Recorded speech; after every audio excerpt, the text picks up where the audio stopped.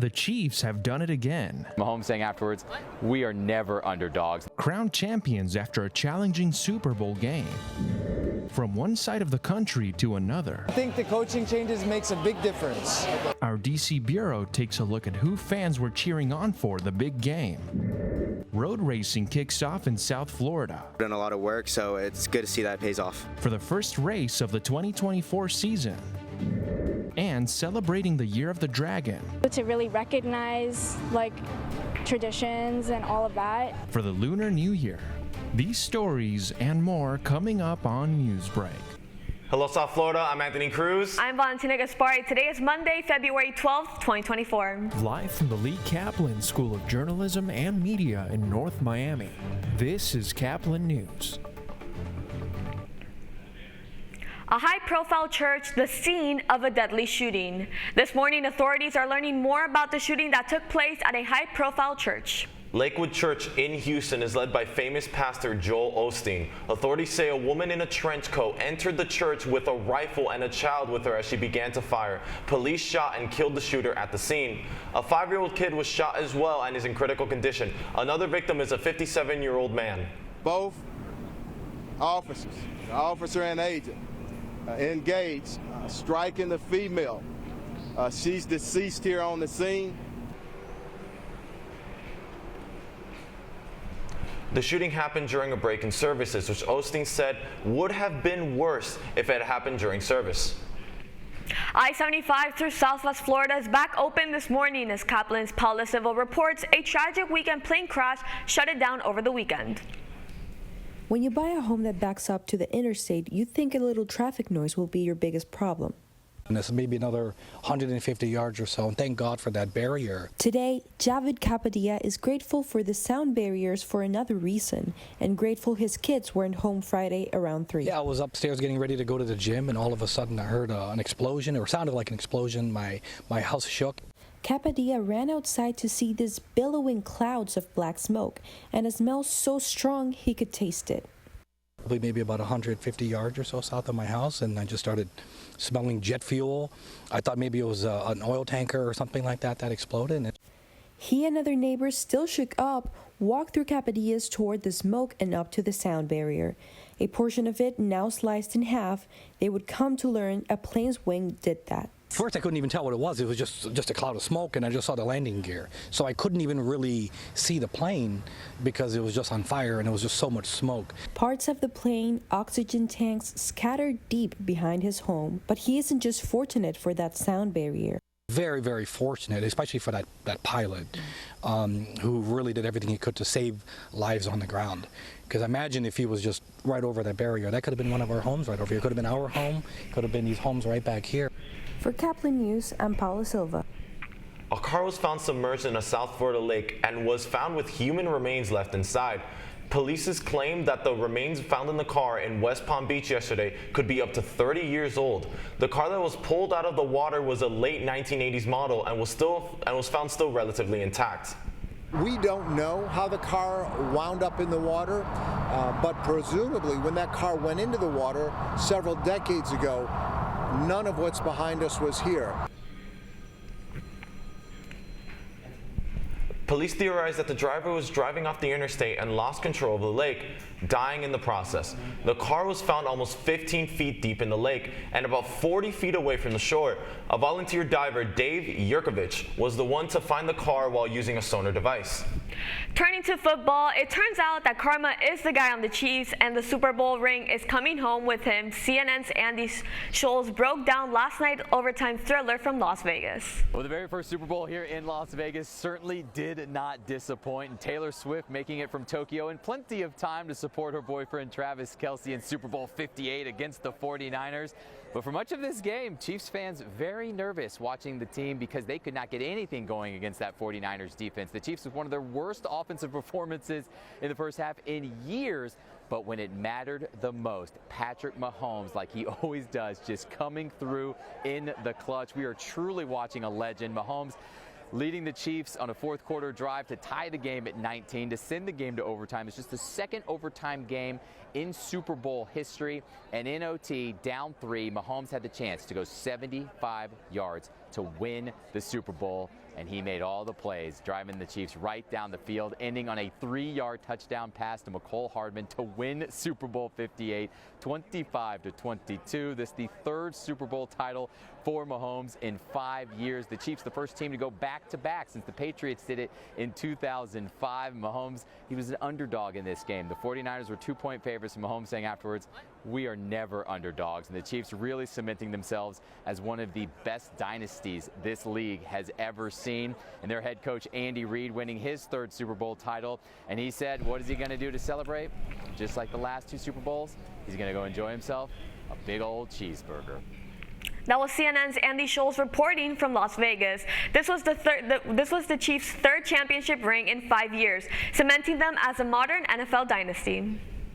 Every team except for the 49ers and the Chiefs were on the outside looking in during the big game. Just like with the Dolphins, it's going to be a long offseason for the fans of the Washington Commanders. DC Bureau reporter Pablo Hernandez looks into the rebuilding effort.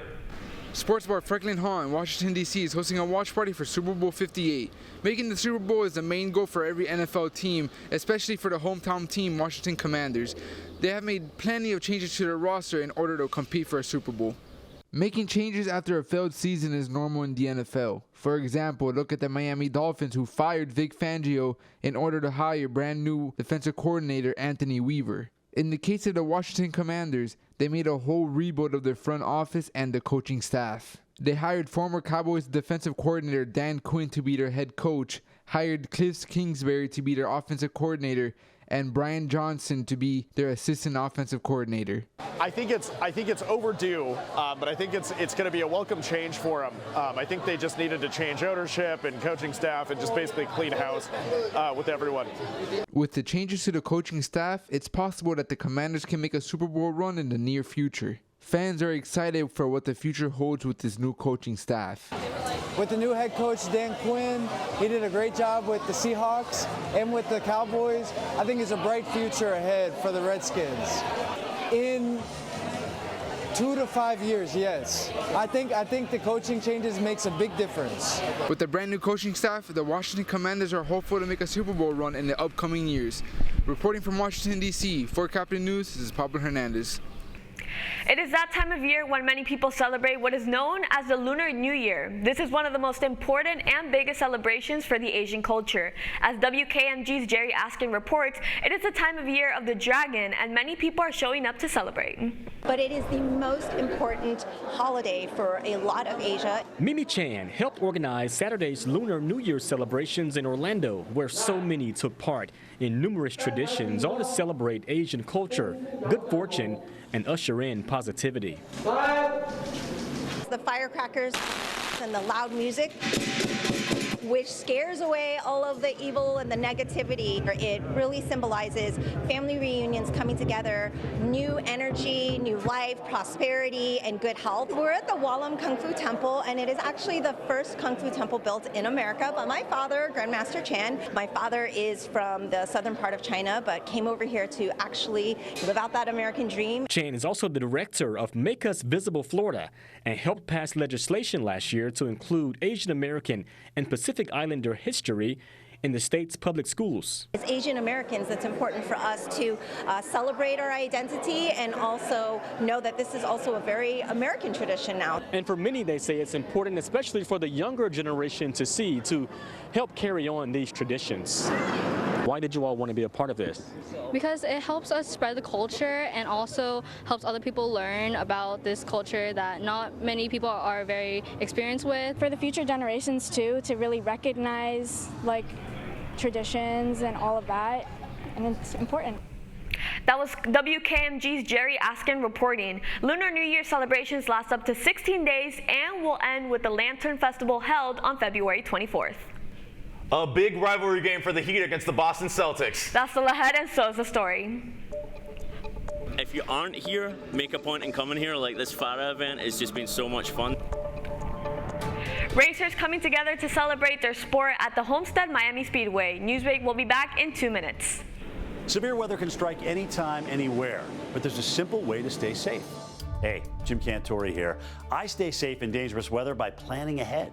You can stay safe too with a few easy steps. Build an inexpensive kit with supplies for your family's needs. Write down important information like phone numbers and medications. Always talk with your family, and remember any pets in your planning. Be ready, be safe. Start your plan today at ready.gov/plan.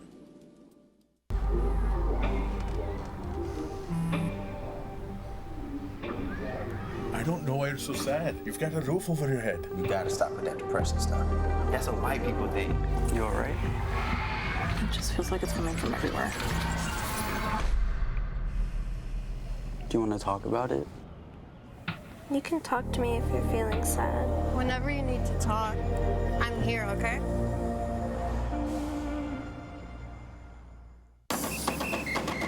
If you're buzzed and doing this,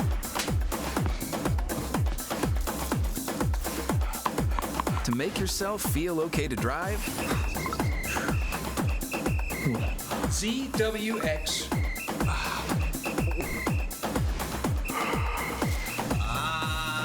you're not okay to drive. YGKLVW. Regular you.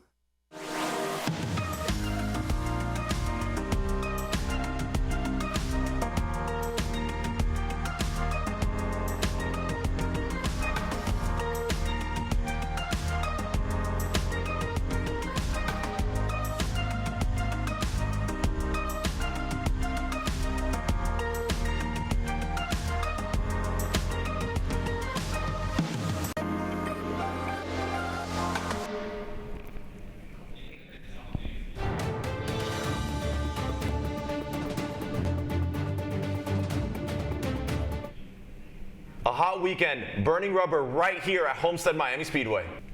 It's the same track that hosts an annual NASCAR event. As Caplin's Dylan Pizzette reports, over the weekend, the track hosted the Miami 500. Hello, everybody, and welcome to Homestead Miami Speedway, home of the Miami 500. It's here. It is the first race of the FARA 2024 season, and we're here to see what's going on. We're going to talk to drivers, and let's get into it. The FARA Racing Organization has many different types of classes, and the first class of the day was Pro Spec Miata. I spoke to the winner, Stuart Mackley. We got the win just by about half a car length, so pretty awesome. If you aren't here, make a point in coming here. Like, this FARA event has just been so much fun. The guys do such a good job of running it, and the quality of driving is really, really good. I'm hoping next time that we come back, I might be able to bring a slightly faster car and upset some people even more, but yeah, we'll work on it for sure. The second race was the Academy race. I spoke to Jack Jeffers, the winner of the race, who had also dominated the entire weekend. You know, I've always wanted to race on this circuit and to win it, you know, against Sebastian Weldon, son of Dan Weldon. You know, it means a lot. And it means a lot to me and the team too. You know, it's a big thank you to my whole team. You know, they give me the car and they help critique my driving every night and every morning. And you know, it's just, I work hard at home and I put in a lot of work, so it's good to see that it pays off. And then I went and found David Tuazzi, co-owner of FARA, and a man who also just so happens to be a driver. So we started the race somewhere around 9th place. We were able to get the lead with 2 laps to go. It's awesome to win the races. While just like all the other drivers, David enjoys racing, he also is in the unique position as co-owner of the FARA organization. Well, I definitely have to wear a lot of hats during a race weekend, but we bought the organization because we want to make it better. It's just, you know, a way for us to give back to a sport that has given so much to me for the past 30 years.